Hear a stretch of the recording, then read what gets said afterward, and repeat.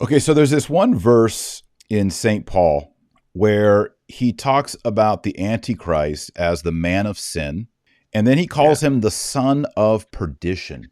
And this has led some people to wrongly conclude that by saying, well, the Antichrist is called son of perdition, that means he's literally the son of Satan because Satan is, he's perished, he's in perdition.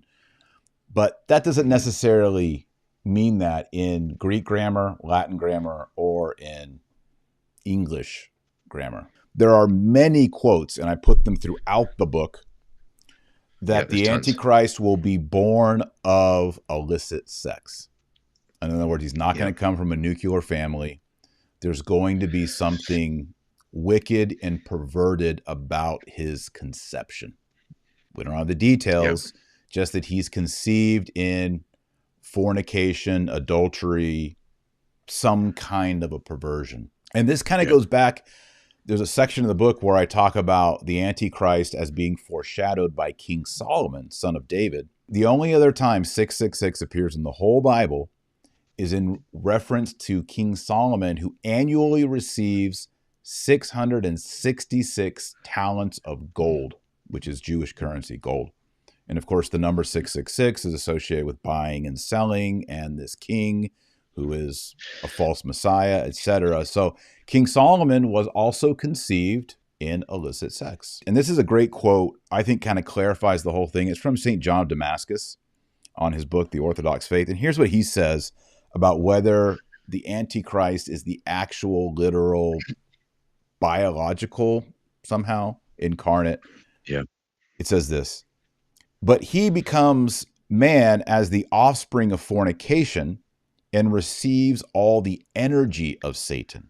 For That's right. God, foreknowing the strangeness of the choice that he would make, allows the devil to take up his abode in him. That's the Antichrist. He is therefore, as we said, the offspring of fornication, and he is nurtured in secret. And suddenly he rises up, rebels, and assumes rule. End quote. So St. John Damascus says here, once again, that he will be the offspring, the son of fornication, and he will receive all the energy of Satan, and that Satan will take his abode in him. So this will be the most perfectly possessed person in the history of mankind. He will receive all the energy, the activity, the power, any power that Satan has, it will be in this man, the Antichrist. And Satan will dwell in him perfectly. Hugh Benson, in his book Lord of the World, Mm, is sort of a fictional portrayal of the end times. It's a lot of fiction. Like, he didn't intend it to be taken as like a blueprint. He was sort of just using it as a way to talk about the motifs of the time in fiction. He was just a great author that way.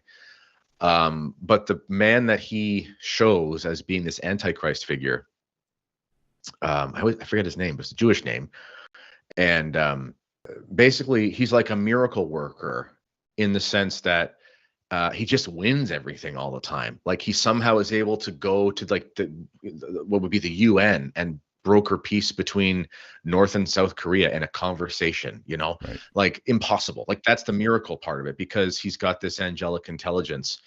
These world leaders who are maybe not perfectly possessed, but possessed by the devil or oppressed or under the influence of the devil, the Satan can play these guys like puppets on strings. So when Yes. the Antichrist does come, he's going to be able to reconcile all these people because they're already given to the devil, right? It's just getting everybody in line. The Satan's just going to pull the strings and everything. We're going to have quote unquote world peace under the Antichrist, but it's going to be Yes, false. that's right.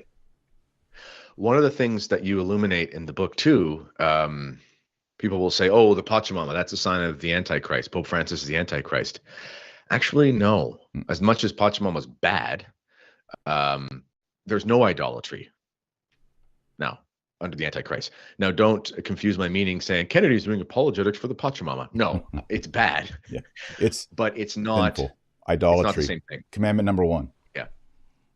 So he'll be worshipped, right? He will be the Messiah. He will convince people that he's the one. Like, basically, the Christian scriptures were off; they were a fraud, Yep. and essentially now, finally, because he's going to be promoting essentially the fulfillment of Judaism. And if that's the case, then there's going to be a temple. There's going to be monotheism. This brings us to a point that's really important as well. What religion cult is used in Lord of the World? It's Freemasonry. Right. Because if there ever were going to be a cult that would be lockstep with what is possible with the Antichrist, it would be Freemasonry. And what is Freemasonry based off of? Pause. Just in general? Yeah, their central analogy, motif. It's the worship of the architect, the great architect. The architect, and it's in relation to Solomon's temple. That's exactly right. So Solomon, I've already said, is an Antichrist figure, 666 in the Old Testament, but also the temple is going to be a huge focus of the Antichrist. St. Paul says, and it's also in the book of Revelation, he will be enshrined in Jerusalem in a temple, a rebuilt temple.